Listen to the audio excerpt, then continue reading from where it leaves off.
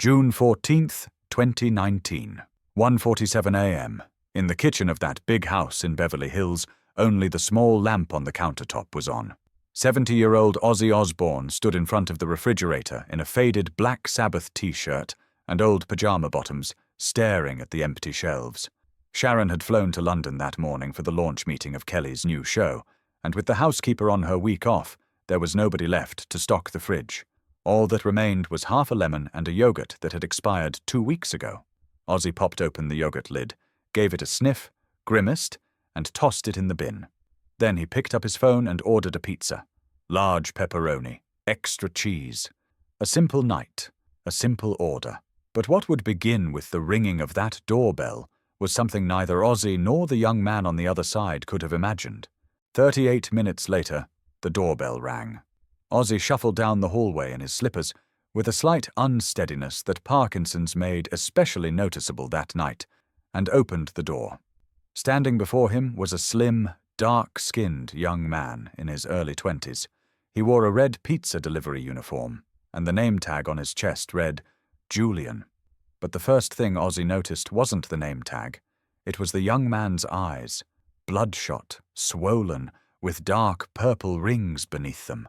The eyes of someone who hadn't slept properly in weeks. His hands trembled slightly as they held the pizza box, but this wasn't the kind of trembling Ozzy had come to know in recent times. This was the trembling of exhaustion, of pure depletion. Julian held out the box and spoke in a rehearsed voice. "Good evening, sir. Your order. Large pepperoni extra cheese, $14.99. His voice was flat and mechanical, as if he'd said this sentence for the 100th time that night. Ozzy pulled out his wallet, but his eyes were still fixed on the young man's face. Something was bothering him. Maybe it was the emptiness in the young man's eyes, maybe the trembling in his hands, maybe the whole thing combined. Ozzy paused as he held out the money. "Hang on a moment, son," he said slowly. "Your name's Julian, right?" The young man raised his head and looked properly at the customer's face for the first time. He saw an old man with long brown hair and round glasses. A strange old fellow answering the door in his pajamas in Beverly Hills in the middle of the night. There was no flicker of recognition in Julian's eyes. "Yes, sir, Julian." Ozzy thought for a moment. Then he took a step back and opened the door wide. "Come in. Have a slice with me. You look exhausted." Julian stared in surprise. He'd been delivering pizzas in Beverly Hills for 2 years, and the people in this neighborhood usually opened the door, handed over the money, and shut it again without so much as looking at his face. This was the first time anyone had invited him inside. "Sir, thank you very much, but I can't. I've got other deliveries waiting." Ozzy shrugged. "How many deliveries?" Julian checked his phone. 3 more. Ozzy glanced at the clock on the wall. "It's 1:45. Who orders pizza at this hour?" Julian smiled involuntarily. A tired, brief smile. "You did, sir." Ozzy laughed. "Fair point. But I'm an old man, I've got an excuse. Sharon, my wife, left without leaving any food. Come on, just 5 minutes. 1 slice, then you go. I can't eat this much pizza on my own anyway." Something. Maybe the sincerity in Ozzy's voice. Maybe the fact that the young man had reached the very limit of what he could endure that night broke Julian's resistance. He looked at his phone, hesitated for a moment, then gave a slight nod and stepped inside. But Ozzy didn't yet know that the exhausted young man who had come to his door that night was carrying a burden far heavier than a pizza box. When they reached the kitchen, Ozzy took out 2 plates, opened the pizza box, and put a slice on each. Julian sat on the stool across the counter but didn't touch the pizza. His hands were in his lap, and his eyes were fixed on a spot on the counter. Ozzy took a bite, watched Julian as he chewed, then pushed the plate closer to the young man. "Eat, son, before it gets cold." Julian picked up the slice, and when he took the first bite, Ozzy saw the expression on his face. That familiar expression. The expression of someone who is truly hungry but trying not to show it. The first slice was gone in 30 seconds. Without a word, Ozzy put a second slice on the plate. "Thank you, sir," Julian said quietly. "I can't remember the last time I had a proper meal." That sentence changed the expression on Ozzy's face. The smile vanished, replaced by a familiar hardness. But it wasn't anger. It was the hardness of a moment of recognition. Ozzy set down his pizza and looked at the young man. "Julian, I'm going to ask you something, and I want an honest answer. How long has it been since you slept?" Julian raised his head. The exhaustion in his eyes turned to vulnerability for just a moment. "Properly? I don't know, sir. Maybe 3 days." Ozzy's eyes widened. 3 days? Julian's lips trembled. Then, as if a dam were cracking open, the words began to spill out. "I work 3 separate jobs, sir. I get up at 6 in the morning and do packing at a warehouse. In the afternoon, I work at a dry cleaner's. At night, I deliver pizzas. I sleep 4 hours a day, sometimes 3. This week, I haven't slept in 3 days because—" He stopped. He bit his lip. "Because," Ozzy said quietly. Julian took a deep breath. "Because they're evicting my mother, sir. We're 3 months behind on rent. My mother has MS. She can't work. My dad left when I was 12. We never heard from him again. I was studying music at UCLA on a scholarship. But when my mother got sick, I dropped out. Now I've got $87,000 in student debt. My mother's medication costs $1,200 a month, and I—" His voice broke. He wiped his eyes with the back of his hand, quickly, as if he didn't want Ozzy to see him crying. "I'm sorry, sir. I'm not usually like this. Today was just a hard day." Ozzy said nothing for a while. In the light of that small kitchen lamp, the 70-year-old rock legend and the 22-year-old pizza delivery man sat in silence for a moment. Outside, there was that dead stillness of Beverly Hills. Not a car engine, not a dog barking, only the faint hum of the refrigerator. Then Ozzy spoke. His voice was low, but every word was clear. "Julian, let me tell you something. I grew up in Birmingham, one of the poorest neighborhoods in England. My dad worked in a steel factory. My mum cleaned houses for the rich. There were 6 of us kids, all sleeping in one bedroom. I left school at 15 because I could barely read or write. I'm dyslexic, didn't find that out until years later. At 17, I robbed a shop and went to prison." Julian raised his head in surprise. This old man, living in this enormous house in Beverly Hills, had been to prison? Ozzy continued. "When I got out, nobody would give me a job. I worked in a slaughterhouse, worked in a factory, did everything. Every night when I came home, I told my mum the same lie. 'I'm fine, Mum, don't worry.' But I wasn't fine. I was never fine." Ozzy paused, his eyes drifting into the distance for a moment, as if he were seeing the Birmingham of 40 years ago, its cold, grey, hopeless streets. Then he came back and looked at Julian. "But one day I found something. Music. And music changed everything." That word, music, triggered something in Julian's face. A brief, bitter smile. "I went to UCLA for music too, sir. I was studying composition. I play piano. Played." There was a sharpness in his voice as he corrected himself, as if a knife had hit bone. "I don't play anymore. I don't have a piano. I don't have time. I don't have anything." Ozzy's eyes narrowed. "You're a pianist?" Julian nodded. "Got in on a scholarship. Finished my first year with perfect grades. My professor used to say he had big plans for me. Then my mother's diagnosis came, and He fell silent. He didn't need to finish the sentence. Ozzy stood up. Julian panicked for a moment. Maybe the old man had grown bored of the conversation. Maybe it was time to leave. But Ozzy didn't walk out of the kitchen. He opened a door at the end of the hallway and turned on the light. "Come here," he said. Julian rose to his feet hesitantly and followed Ozzy down the hall. The room at the end of the corridor was a small music room. Gold and platinum records hung on the walls. A few guitars stood in the corner, and in the center of the room, the thing that took Julian's breath away. A Steinway grand piano. Jet black, gleaming, perfect. Julian froze in the doorway. His eyes locked onto the piano, and in that moment all the exhaustion, all the hopelessness melted away for an instant. In its place came pure longing. "Sir, this is—" Julian whispered. Ozzy walked over to the piano and lifted the lid. The keys gleamed in the lamplight. "Sit down," Ozzy said. "Play." Julian's hands were trembling, but this time it wasn't from exhaustion. He sat on the bench, placed his fingers on the keys, and for a moment didn't move at all. Then he began to play. But when Ozzy heard the melody that filled that small room, he was met with something he didn't expect, because the piece Julian was playing held a very special place in Ozzy's life. And Julian couldn't have known this. There was no way he could have known. The moment Julian's fingers touched the keys, the room changed, the air changed. Even time itself seemed to slow down. When the first notes rose, the expression on Ozzy's face froze.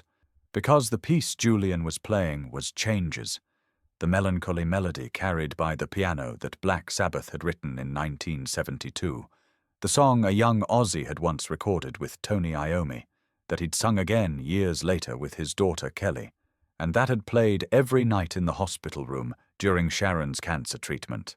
But the version Julian was playing sounded nothing like any of those. As the young man's fingers moved across the keys, he was weaving the depth of classical music into the melody. This was no longer a simple rock ballad. It was a piano concerto.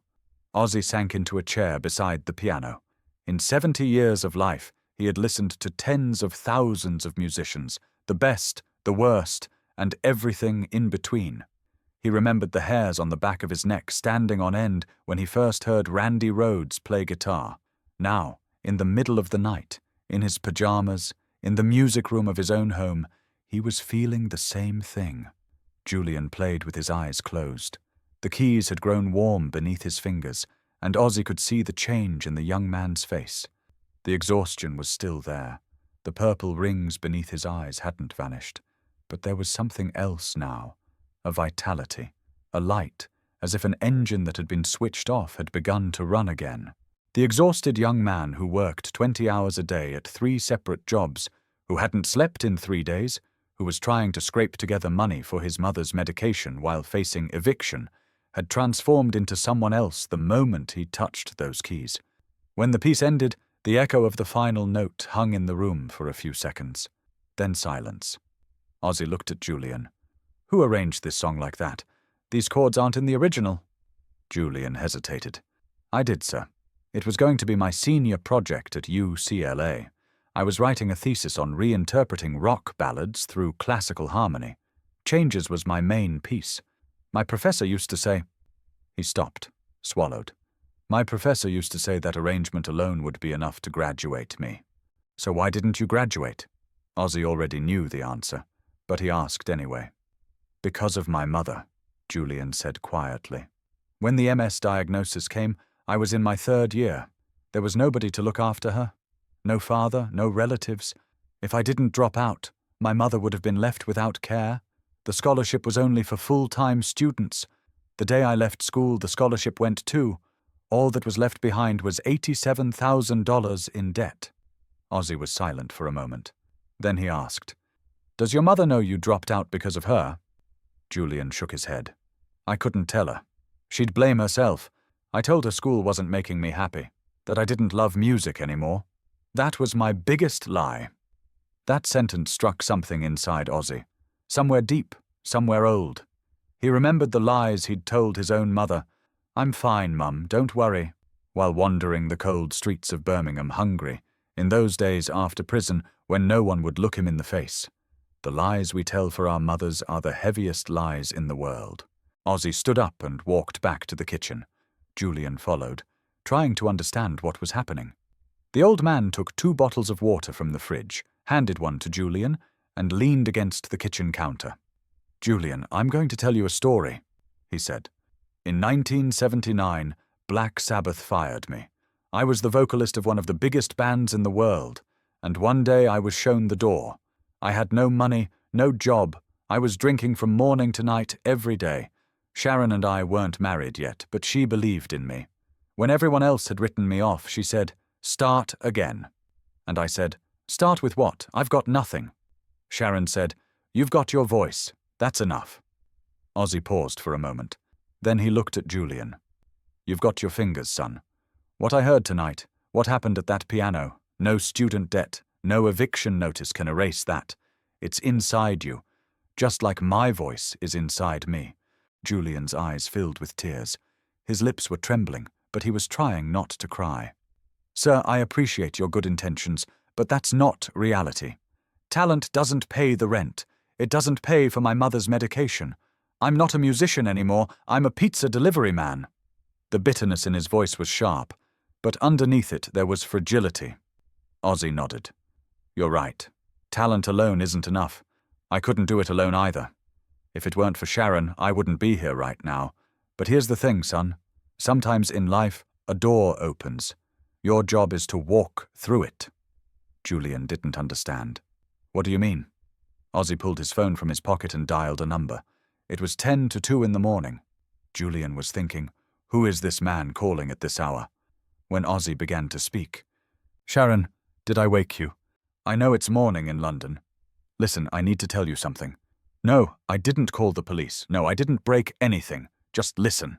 Ozzy told Sharon Julian's story. Brief, to the point, emotional. Julian stood frozen at the counter, listening. Was this old man really calling his wife at 2 in the morning to tell her about a pizza delivery man? Ozzy hung up the phone and turned to Julian. "Sharon's going to give you a name. A music producer, an old friend of ours. He runs a program for young talent with scholarships. We'll talk about your mother's medication and care costs too, but not tonight. Tonight, the only thing you need to do is go home and sleep." Julian's mouth fell open.